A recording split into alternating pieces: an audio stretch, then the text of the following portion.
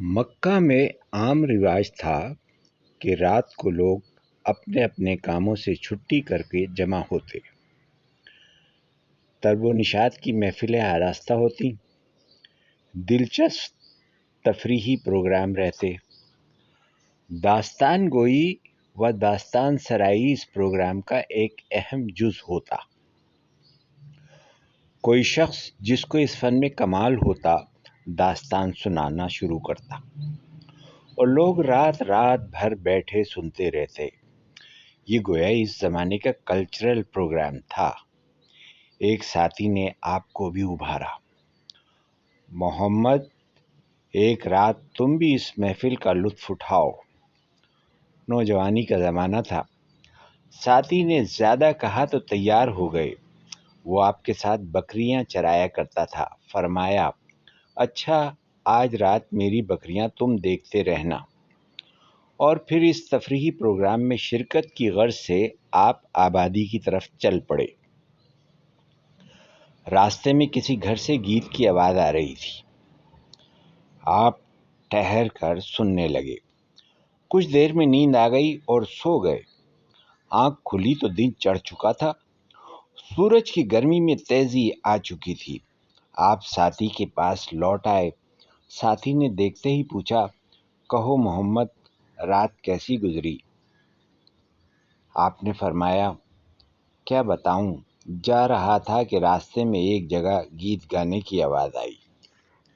گیت بڑا سہانا تھا اور آواز بھی بڑی رسیلی تھی۔ سوچا کہ تھوڑی دیر اسے بھی سن لوں پھر جاؤں، مگر بیٹھا تو نیند آ گئی۔ پھر آنکھ کھلی تو صبح ہو چکی تھی۔ دوسری رات ساتھی نے پھر اکسایا، دیکھو آج یہ موقع ہاتھ سے نہ جانے پائے۔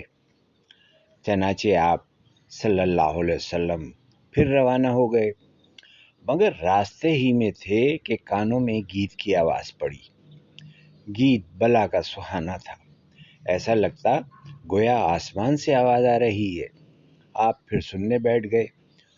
کچھ دیر میں نیند آ گئی اور سو گئے۔ 40 برس کی زندگی میں صرف 2 بار آپ نے اس قسم کا ارادہ کیا، مگر دونوں مرتبہ خدا نے بچا لیا کہ تیری شان ان فضولیات سے بالا تر ہے، صلی اللہ علیہ وسلم۔ پھر کبھی خواب میں بھی اس طرح کا خیال نہیں آیا، اور نہ کبھی کوئی ایسی بات سرزد ہوئی جس سے آپ کی امانت و دیانت پر کوئی حرف آتا، یا عفت و پاکیزگی پر کوئی آنچ آتی ہو۔ آپ شرم و حیا کے پیکر تھے، عفت و پاک بازی کا اعلیٰ ترین نمونہ تھے، سچائی کے لیے پوری قوم میں مشہور تھے، دیانت داری و ایمانداری میں تو اپنی مثال آپ تھے۔ اہل مکہ نے اگر آپ کو امین کا خطاب دیا تھا تو کوئی حیرت کی بات نہیں، ہاں ذرا بھی نہیں۔ آپ کو یہی خطاب زیب دیتا تھا اور آپ ہی صلی اللہ علیہ وسلم کو زیب دیتا تھا۔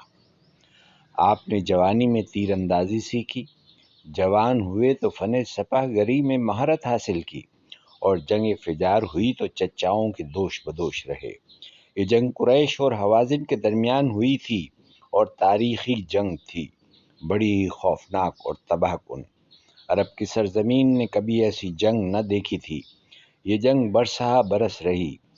شریک ہونے کو تو آپ بھی شریک ہوئے، لیکن کسی پر ہاتھ نہ اٹھایا۔ اس جنگ میں گھرانے کے گھرانے تباہ ہوئے۔ اس سے کچھ لوگوں کو بہت دکھ ہوا اور انہوں نے صلح کی آواز اٹھائی۔ بالآخر دونوں فریقوں میں معاہدہ ہو گیا۔ یہی معاہدہ حلف الفضول کے نام سے مشہور ہوا۔ اس معاہدے میں آپ صلی اللہ علیہ وسلم نے بھی شرکت کی۔ عمر مبارک اس وقت 16 سال تھی۔